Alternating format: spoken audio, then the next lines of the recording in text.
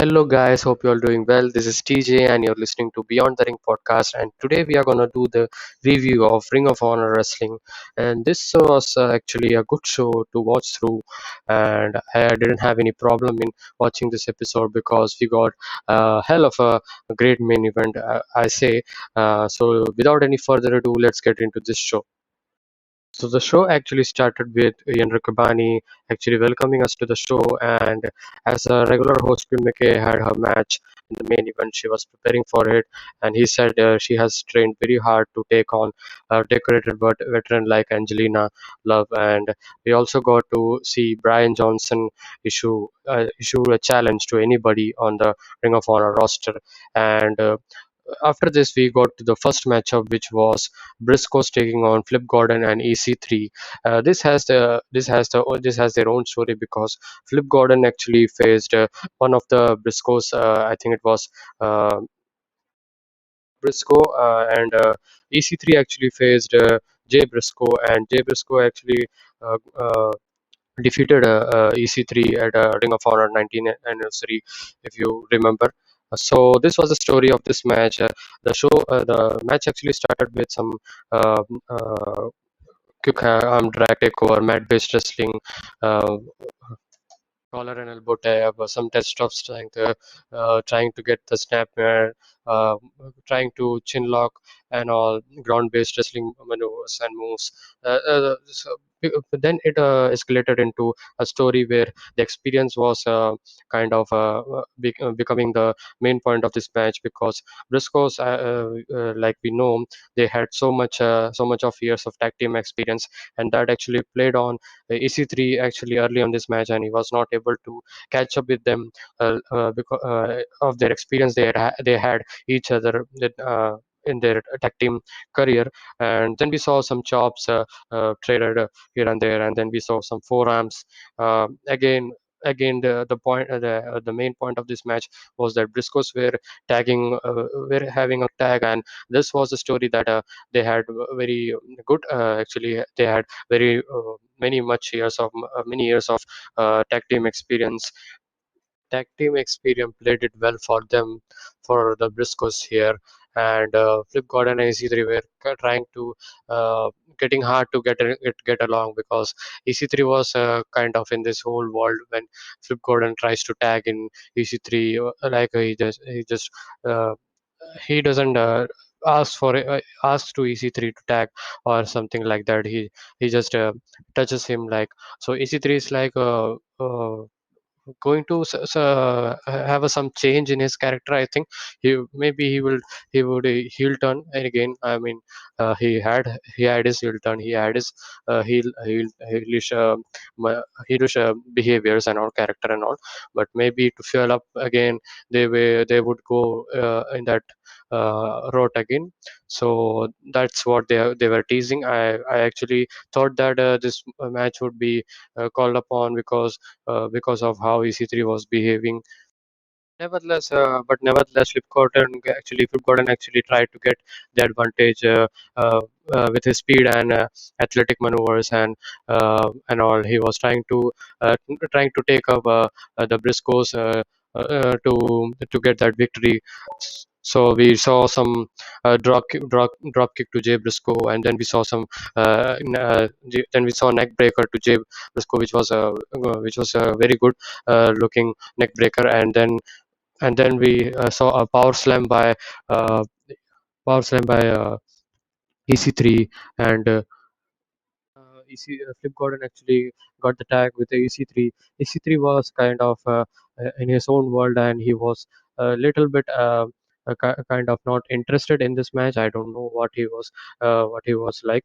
So maybe I thought that there would be some character change or some heel turn or some attack or something, or he would go away from this match actually, or cost Flip Gordon the match.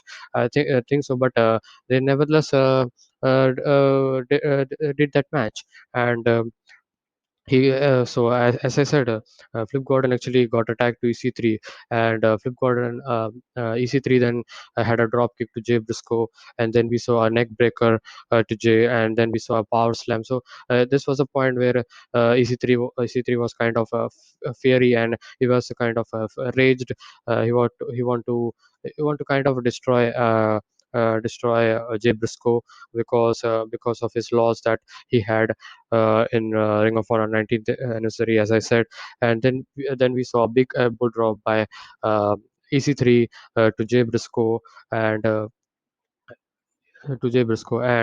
EC3 actually was very furious when after that, because Jay Briscoe pulled off a jawbreaker, and he was very furious, very angry, and he suddenly dug the clothesline, and then he got the Luther's press, and he was just applying the punches to his head, and then he hit with a suplex to Jay Briscoe, and he was going over the ropes. He was Irish whipped by Jay Briscoe. But Flip Gordon made the blind tag, and he just looked around, and he was like, "What he's doing?" And like he was not. Kind of liking his thing he was doing, like he was not respecting him, that he was thinking. I think so. EC3 was thinking like that, and actually, I think Flip Gordon has the fair share of has that fair share of opinion as well, because he was actually not wasting time. He was trying to get that quick tag. But EC3 was going in that flow, and he was trying to inflict more damage to Jay Briscoe. But Flip Gordon actually got the blind tag. That's what pissed EC3 off. But the show went on, the match went on, and Flip Gordon actually tries the but he pushes him down, and he had a kick to the head from the ropes to EC3, and that looked great actually, and I like that. And then we saw arm drag suplex by uh, Jay Briscoe, but he kicked out, and EC3 actually looked very strong later in this match, and he was great in this match, I would say. And then we got EC3 tagging himself by picking up Flip's hand in the final moments of this match, because Flip Gordon actually was uh, kind of he didn't had much left by that time in the finish of the match. So then we got that Flip Gordon actually slides down the chair from the outside while he was in the ringside, and EC3 actually uh, had an attempt, not EC3. Um Mark Briscoe actually had an attempt of cutthroat driver attempt, but Flip actually uses the chain to hit Mark on his head when he was close to the ropes, and he hit him with his head. So kind of heel turn there by Flip Gordon, and then we saw EC3 hits an inverted neck breaker, and that move actually was over for. Uh, Mark Briscoe, and he was done.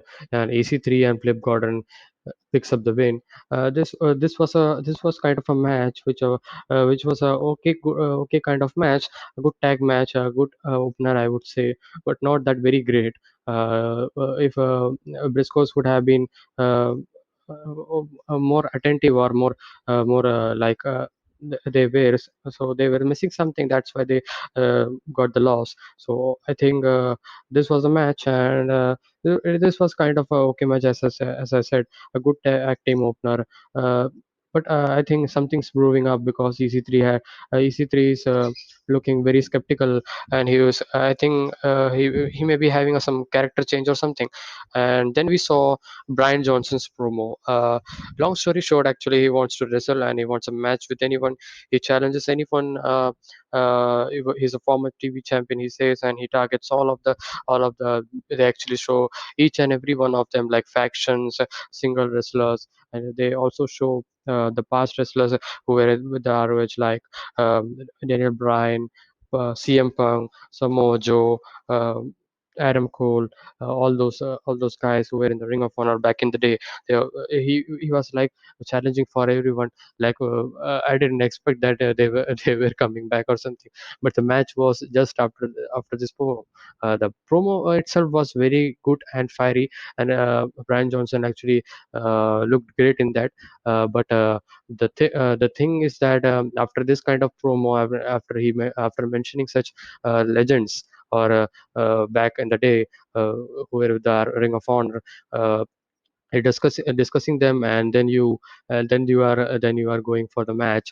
Are you expecting to Samoa Joe or CM Punk to come back? I don't know, but the promo itself was very good, as I said. That was a very promo from Brian Johnson actually. It was a good stuff. And then we got open challenge. Actually, we thought it was accepted by Dan Housen, but Dan Housen actually said he's not the one, because he had beaten him and decimated him 10 or 20 times. uh, and then we see the debut or the return, we could say, of PCO. I actually was very shocking. Actually, I was actually surprised, not shocking, I would say. I didn't expect that. So PCO is a very big guy, big dude, maniac. Like his maniac is very mad, and he actually showed that character in this entire matchup. We would discuss that. We would discuss that. So we get on to the second match, which was Brian Johnson versus PCO. PCO actually accepted the challenge of Brian Johnson's, and they start attacking PCO first before the bell rings. Actually, PCO was turned around, and Brian Johnson actually attacks him from the back. And then we saw some power moves and close line, explorer suplex by uh, Brian Johnson. Fireman's carry. Then he actually had a fireman's carry position, and he throws him to the ring. This was all done by PCO actually, not Brian Johnson. Sorry for the error. So this was all done by PCO. PCO had that rough start, but he actually get that get that uh, get that thing back. They are outside the ring, and PCO is dominating this matchup, from the start. And Brian Johnson, and then he gets mad now because he actually his character is like he's mad and he's maniac, and he actually at one point he was so mad that that was a point where he just that pushes off the commentator who was sitting near the ring, and then he was targeting targeting the referee, and referee was like, I should get the hell out of here, because he was he was just like uh, running towards him, and and then he was not able to catch the referee, so he actually himself run towards the barricade, and he just hit himself actually. And that gave Brian Johnson opening, and he started to damage or attack uh, PCO. And it's like, if you like to hit himself in the barricade, I would give you more two of them. And he hit Brian Johnson actually Irish him two times into the barricade, and he was PC was like, man, I I'm so mad I have done that. And then we saw close line from the top rope by Brian Johnson, attempting more of the power moves, and then we saw suicide dive from Brian Johnson and a splash. He was trying to get the pin, but he didn't got. And Brian is actually very afraid, because PCO was such was the behavior of PCO. He was acting like a mad person, a person who is from the mental hospital or something. So he was afraid, and uh, he actually want to of Brian Johnson had an opening for PCO once again, and he throws him to Irish whip into the rope, and he actually pop up power bomb him. And I was like, I thought this was finished, but this was not the finish, and PCO actually hit a beautiful, I would say beautiful, because um, the big guys doing. Salt as somersault or moonsault and all, that's very rare, and that's very great they are doing that, and that's very good. And that looked good actually, and he executed that maneuver perfectly. And PCO Brian Johnson actually kicked out, and I think it was done. Brian Johnson was done in that moment, but he was not. He taked out the corner pad actually when he was mad. He again gets mad. PCO again gets mad. He was roaming around the ring, and when he was facing to the other side, Brian Johnson takes out the turnbuckle pad, and he was just standing in there, and PCO actually storms down to the corner, and he hits his chest to the exposed turnbuckle, and he kicks. He actually rolled up for a pin, but he kicks out, and then we saw a mandible claw by PCO. Brian taps out, and I think this match was very. Kind of long actually. This was the negative aspect of this show, and this could have been cut short. The debut or the return itself was very good, but it should have been something less duration. And I didn't want to see such a long match for just to just for the sake. So a nice return, actually, a good return for PCO. He could. I'm actually interested to see what is in store for his run in Ring of Honor now. And uh, and then we saw the promo of video package, I would say. And this video package was very good. Actually, I liked this video package very much. Angelina Love actually tells that she is not a good backstage interviewer. She's just like jealous of her doing what she does, because she's not a good. But maybe I didn't know what the story was going when this match was, because but then I get to the point where I understood that emotions and all from Quinn Mckay. Actually, Quinn McKay actually cut a very excellent promo, I would say. I didn't expect her. She's a backstage interviewer. She speaks well, but I think she really had that emotion in this match, and she connected well with me, at least I would say. And the story of this match was, she had trained for the wrestler. She was getting lost in the commentator or the backstage position and all. She wants to get back to the ring, and she would show the world that she can do it as well. And she want to give that give that thing, uh, give that experience, get that experience from this match. And she would explain that through her action, to Angelina Love, she says. And this was excellent promo, as I said. And that emotion from Queen McKay actually really played out very well. And then we got to the main introduction part of this match, and then we got the main event was coming. And she actually looked very fit actually, and she has an abs as well. So and she looks amazing, in a good way actually. As a wrestler, she looked amazing. So I was actually kind of interested to see how this match will go, which match would go, because we had not seen a women's match in Ring of Honor since a very long time. Even this is a main event, so we haven't seen that from long time. And so after a very long time in Ring of Honor, a women's main event, good thing, good ROH. Mandy Leon and Angelina Love comes out. They are trying to get into Quinn's head early on the match, and Mandy Leon actually, I hated her in this whole match, because such was the comments that she was making, that it was very emotional, that she said, you are a backstage interview, you cannot beat Angelina Love, such experienced wrestler, and you will have to earn the respect. You will not be you would never be a wrestler after this match, she says. And Maria Kanellis also joined in the commentary, because she is looking on to the women's division, and it's good to see her as well, because that made this match actually something important. And then we the very first in this match, we saw some basics like collar and elbow tie up, some reversal, trying to get control with her step.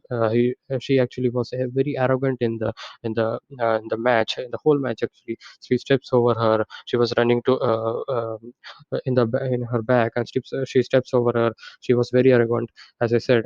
And during the break, which was kind of uh, I didn't like that, because after the break just they just skipped, and just show that Quinn is actually controlling Angelina Love, because I was like, I didn't understand what happened. And then they showed during the break that she pushed Angelina Love outside, and Queen actually controlled her, at a chin lock, and she slams the back of the head. Um, Love actually slams the back of the head into the mat, and then she was trash talking, and then she was completely humiliating her, disrespecting her, and she was not making worthy to fight her and all. She played actually that character, the heel character, very well actually. And sometimes like women are so better than men, I would say, in selling and in character. In character and in psychology and all. And this was the perfect example of that. And after that, Queen charges off to the corner. They go to the head scissor by Love, kicks out Koji clutch by Love actually. And this was the point, as I thought that inexperience would be the thing for Quinn, because I thought that this was going to be the end. But this is kind of close to getting passed out. But Quinn actually uh, uh, sorry, not Quinn, Love actually uh, release the hold, release the Koji class, because she wants to humiliate her. She wants to inflict more pain, more damage. Such was the animosity towards her. So that psychology also, the psychology of this match was very well. And that very played in the that very played well in this in the storyline that they told. Uh, and then we saw a surprise jawbreaker by Quinn, surprising jawbreaker by Quinn. People It was shocking, because that was how she was getting damaged by Angelina Love, and she try kicking her. She ducks that boot, that finisher she has. Mandelion was distracting her, so Angelina Love actually tries to kick her. And then Quinn picking up a power slam, a strong power slam for a 2 count. And they were trying to say that they were trying, or not trying, actually that's not the right sentence. They actually told that underdog story very well, and I actually very related to the story. And that resonated with Quinn Mckay very well actually. And I didn't expect that they would put such a great match, such a great psychology with great storytelling. And Queen Mckay actually had her own submission, that daydream lock on her, and she actually traps the leg as well to. Make more effective and to get that more leverage, and she was going to kind of get that win. And then this was the moment in this match. I actually was actually in the starting I said I so much hate Mandy early on in this match. She actually played a very nice catalyst in this match to help Angelina Love. And she again said that comment. She tried to take her down by her words, said you're a backstage interviewer, you'll never be a wrestler. Trying to get her head, get to into her head, and she released that hold, and she leaves the submission. And I literally hated her, as I said.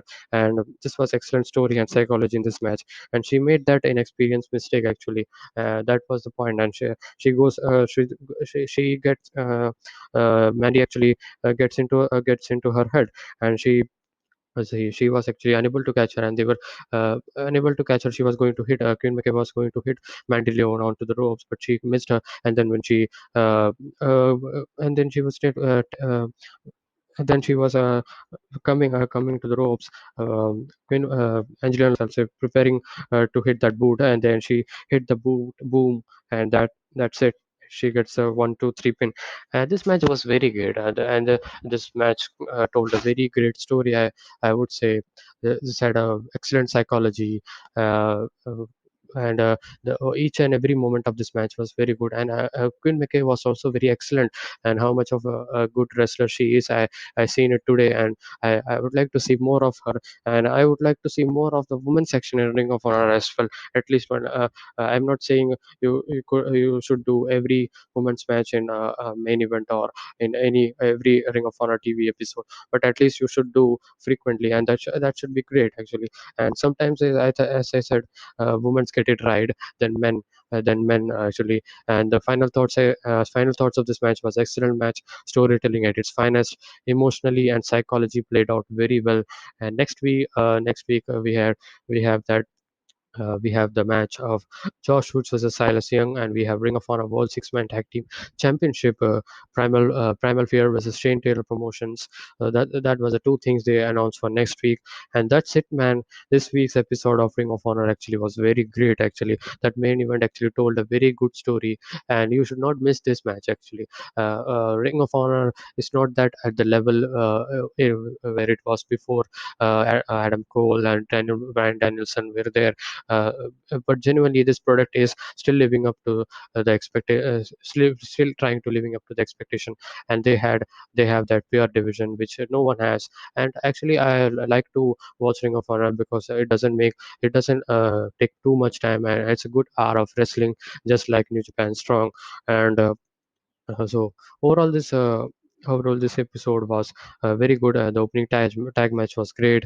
Good tag match to begin with the PCW. The match could have cut short, could have been long, and it could have been cut short, and that was the only negative I would say, if I were to say. But that main event, man, that closed the show very well.